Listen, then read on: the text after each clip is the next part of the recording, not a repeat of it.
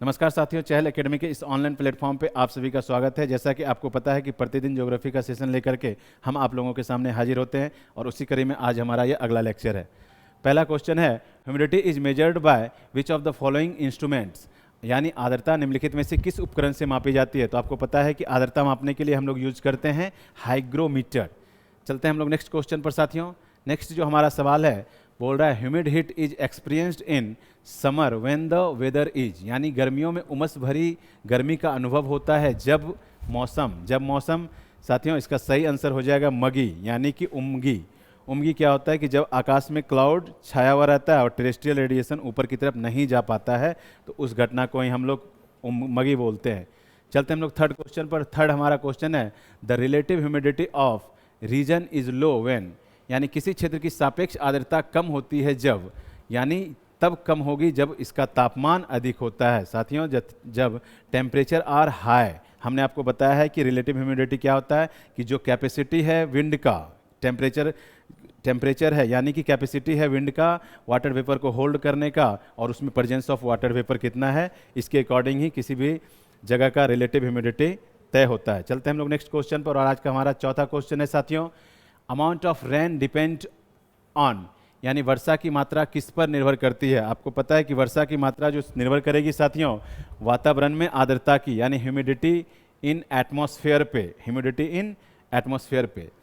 चलते हम लोग नेक्स्ट क्वेश्चन पे, और हमारा आज का पांचवा क्वेश्चन है, the process of conversion of water vapour into ice is known as, यानी जलवाष्प को बर्फ में बदलने की प्रक्रिया को क्या कहते हैं। तो जलवाष्प में बर्फ के बदलने की प्रक्रिया को साथियों कंडेंसेशन कहते हैं, हम लोग संघनन कहते हैं। आपको पता है कि जो वाटर वेपर है ऊपर जाता है और कंडेंसेशन के बाद यह बादल का फॉर्मेशन करता है और बादल के बाद ही यह वर्षा होती है। चलते हम लोग नेक्स्ट क्वेश्चन पर, और नेक्स्ट आज का हमारा छठा क्वेश्चन है, एसर्शन एंड रीजन का क्वेश्चन है। ध्यान रखेंगे, ऐसे सवाल को हम लोग थोड़ा अलर्ट होकर के बनाते हैं। पहला क्वेश्चन है, वायुमंडल में नमी की मात्रा अक्षांश से संबंधित है। बिल्कुल स्टेटमेंट यह हमारा सही हो जाता है कि बिल्कुल यह वायुमंडल में जो नमी की मात्रा है यह अक्षांश से संबंधित हो जाता है। दूसरा, नमी को जलवाष्प के रूप में बनाए रखने की क्षमता तापमान से संबंधित है, यानी नमी को जलवाष्प के रूप में बनाए रखने की क्षमता तापमान से संबंधित है। अगर हम इस पर बात करें तो यह भी कथन सत्य हो जाता है, और ये इसका व्याख्या भी कर रहा है साथियों। तो इसके अकॉर्डिंग इसका जो सही जवाब हो जाएगा हमारा ए नंबर हो जाएगा। चलते हम लोग नेक्स्ट क्वेश्चन पर। आज का हमारा यह 7वां नंबर क्वेश्चन है, which one of the following basin experiences the convectional rainfall, निम्नलिखित में से किस बेसिन में संवहनीय वर्षाएं होती है। तो बता दें कि देखिए संवहनीय वर्षाएं जो होगी ये हमेशा आपको ध्यान रखना है कि जो इक्वेटोरियल रीजन है इस रीजन में अपन को देखने मिलेगा। तो 7वां का जो सही जवाब हो जाएगा साथियों अमेजन फॉरेस्ट।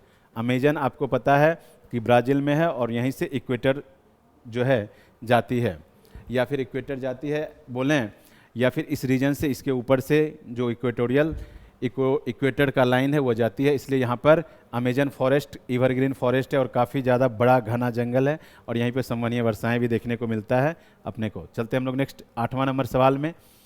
8 नंबर हमारा सवाल है, the rain fed and rain shadow areas are the characteristics of, वर्षा संचित और वर्षा छाया क्षेत्र किसकी विशेषता है।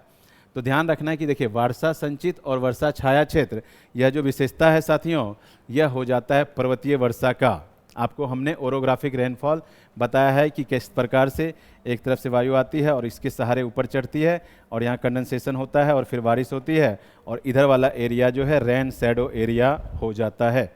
चलते हम लोग नेक्स्ट क्वेश्चन पर। नेक्स्ट हमारा आज का 9वां नंबर सवाल है। 10वां क्वेश्चन है, which one of the following is the highest cloud in the sky, निम्नलिखित में से कौन सा आकाश में सबसे ऊंचा बादल है। हमने आपको इसका स्टेटस बताया हुआ है कि जो सीरस है, सीरस बादल जो है सबसे ऊपर रहता है। तो अपने को पता है कि जो सीरस है यह सबसे ऊपर है और ये काफ़ी इस तरह से फैला हुआ बादल है, जो मैंने क्लास में आपको इसका एक क्रम भी बताया हुआ है। चलते हम लोग नेक्स्ट 10वें नंबर क्वेश्चन पर, और आज का हमारा 10th नंबर क्वेश्चन है, हाईएस्ट एल्टीट्यूड्स क्लाउड आर, यानी सबसे अधिक ऊंचाई पर जो बादल होते हैं। सेम क्वेश्चन हो गया, तो सीरो स्टेटस, जहां सीरस वर्ड लगा रहे या सीरो लगा रहे ये हमारा सही जवाब हो जाएगा, सीरो स्टेटस।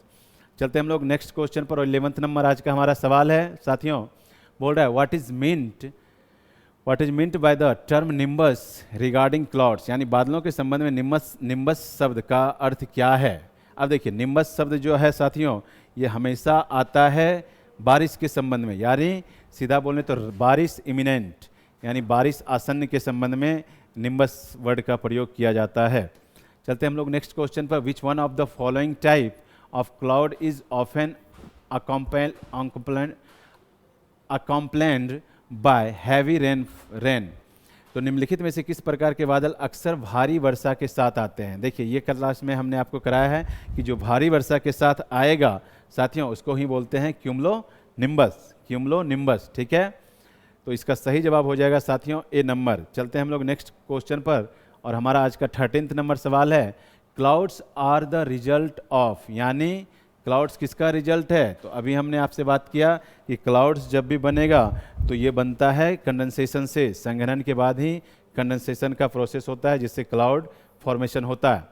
आज का हमारा सेकेंड लास्ट क्वेश्चन है sun's halo is produced by the refraction of light in, यानी सूर्य का जो प्रभामंडल होता है प्रकाश के अपवर्धन से उत्पन्न होता है। देखिए सूर्य का प्रभामंडल क्या होता है साथियों, हम आपको बता दें यहाँ पे कि जो सूर्य है इसके चारों तरफ एक हैलो बनता है और इसके पीछे का रीजन होता है सीरस क्लाउड में बर्फ के क्रिस्टल, यानी यहीं से ये जो रिफ्लेक्शन होता है इसके कारण ही यह देखने को मिलता है आइस क्रिस्टल इन सीरस क्लाउड।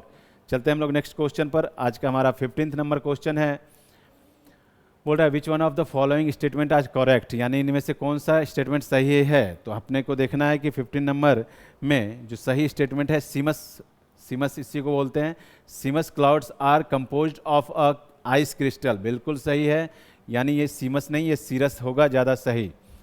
ठीक है, यहाँ पे सीरस लिख होना चाहिए। ठीक है, कि सीरस क्लाउड जो सबसे हाईएस्ट क्लाउड होता है, हाईएस्ट एल्टीट्यूड पे जो पाया जाता है उसी को हम लोग क्या बोलते हैं, सीरस क्लाउड, और इसमें आइसी क्रिस्टल मैक्सिमम होते हैं। चलते हम लोग नेक्स्ट क्वेश्चन पर। नेक्स्ट हमारा आज का 16th नंबर क्वेश्चन है, in the context of which of the following do some scientists suggest the use of cirrus cloud thinning technique and the injection of sulfate aerosol into stratosphere, यानी निम्नलिखित में से किसके संदर्भ में कुछ वैज्ञानिक सीरस बादल को पतला करने की तकनीक और समताप मंडल में सल्फेट एरोसोल के इंजेक्शन का उपयोग करने का सुझाव देते हैं। ध्यान रखेंगे कि यह सुझाव जो दिया जाता है साथियों यह दिया जाता है ग्लोबल वार्मिंग को कम करने के लिए। हमने क्लास में आपको बताया भी है कि ग्लोबल वार्मिंग क्या है, रिड्यूसिंग द ग्लोबल वार्मिंग। चलते हैं आज का हमारा 17th नंबर क्वेश्चन पे। आज कुछ एक आध क्वेश्चन ज़्यादा है, इसको हम लोग कर लेते हैं। Why are dew drop not formed on Claude night, यानी बादल वाली रात में ओस की बूंदें क्यों नहीं बनती। तो बादल वाली रातों में जो ओस की बूंदें हैं साथियों ये इसलिए नहीं बनती क्योंकि बादल पृथ्वी के विकिरण को परावर्तित कर देती है। तो B is the right answer of this question, cloud reflects back the earth radiation. और आज का हमारा यह अंतिम क्वेश्चन है साथियों 18th नंबर, और यह कह रहा है consider the following climate and geographical phenomena, यानी पहले संघनन है, उच्च ताप और आर्द्रता है, पर्वत विज्ञान है और ऊर्ध्वाधर है यानी वर्टिकल विंड्स।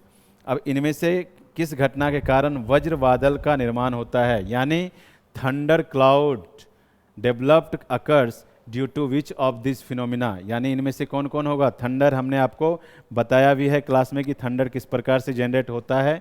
ठीक है, तो इनमें अगर देखा जाए तो संघनन भी हो जाएगा, इसके बाद उच्च तापमान भी हो जाएगा, पर्वत विज्ञान भी हो जाएगा क्योंकि क्लाउड जब ऊपर चढ़ता है तो ओरोग्राफिक में हम लोग देखे हैं, और ऊर्ध्वाधर पवन भी हो जाएगा। तो इसका जो सही जवाब हो जाएगा साथियों डी नंबर हमारा हो जाएगा। ये था हमारा आज के सेशन का 18 क्वेश्चन। उम्मीद है कि आपको यह सेशन जरूर पसंद आ रहा होगा और आप इससे काफ़ी ज़्यादा लाभान्वित भी हो रहे होंगे। ठीक है, इसके साथ ही आज का हमारा यह सेशन यहीं पे समाप्त होता है। धन्यवाद।